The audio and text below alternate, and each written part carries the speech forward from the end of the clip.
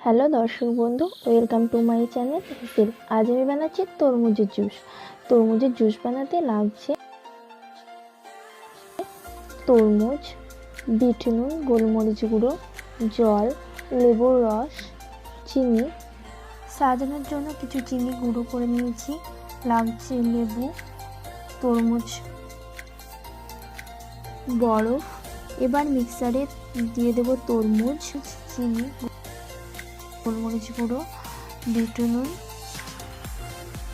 1.5 চামচ লেবুর রস, জল দিয়ে ভালো করে ব্লেন্ড করে নেব।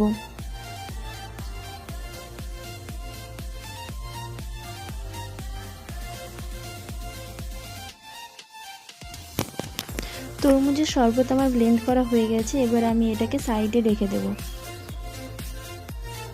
এবার আমি সাজিয়ে নেব। সাজানোর জন্য লেবুর রসে প্রথমে গ্লাসটা ডুবিয়ে নেব, তারপর চিনি গুঁড়ে কোট করে নেব। এবারে আইস কিউব, তরমুজের জুস,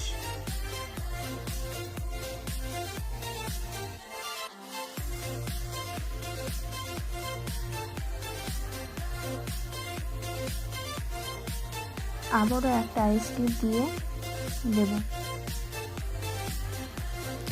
এবারে কেটে রাখা তরমুজ, লেবু, কুচিয়ে রাখা তরমুজ,